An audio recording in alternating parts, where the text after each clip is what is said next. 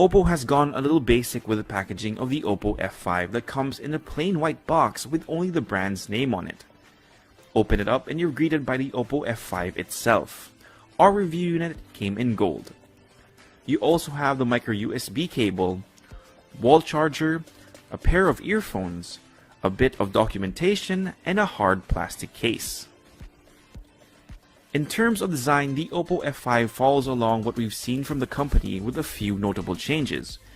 The F5 still has a unibody design, but they made a switch from metal to plastic.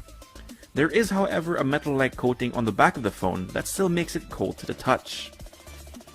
The F5 has rounded corners and edges, though the display doesn't quite blend seamlessly onto the phone, making it feel a little weird in the hand. However, once you slap the accompanying case on it, it makes a world of difference for ergonomics.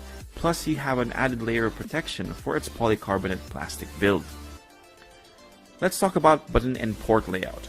You have the power button and access to the SIM tray on the right of the device, and we're glad to see that Oppo has gone with a triple slotted tray, so there's no need to choose between added storage or a secondary SIM card.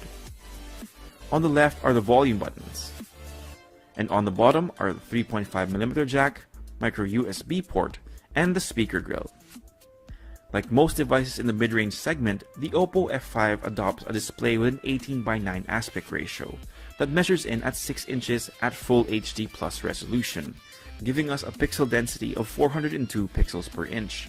The display is vibrant and is bright enough to be used outdoors. It's nice to have the added real estate, but as usual, not all apps have adjusted to the new aspect ratio, and since most content is in 16:9, expect to see those black bars when watching videos on YouTube. Above the screen sits the 20-megapixel front camera of the Oppo F5 with an aperture of f2.0. It's now equipped with an AI beauty mode, and essentially the AI functionality can detect facial features and adjust the beauty mode on the phone to an appropriate level. Plus, from what we've seen, it adds the right amount of software bokeh as well. Flip the phone over and you have the 16-megapixel rear camera tucked on the upper left-hand side of the device. Since Oppo pulls out all the stops for its front camera, you have very little bells and whistles here, but it does have an aperture of f1.8 that should help you get decent snaps as well.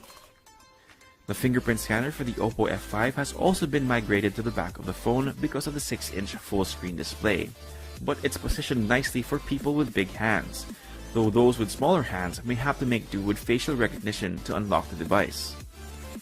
Under the hood of the Oppo F5 is a MediaTek MT6763 octa-core processor that clocks in at 2.5 GHz and is paired with 4 GB of RAM and 32 GB of expandable storage.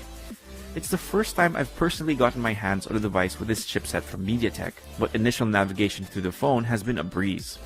Running the show is Android 7.1.1 Nougat with ColorOS version 3.2 on top of it. While ColorOS has always been known to be inspired by the UI of a certain California-based company, it's definitely more evident here. You now have to swipe up from the bottom of the display to go into the quick settings, but aside from that, it's pretty much business as usual. Powering the Oppo F5 is a 3200 mAh battery. At the time of making this video, no official price tag has been announced by Oppo, but I highly encourage you to check out the website for its Philippine SRP.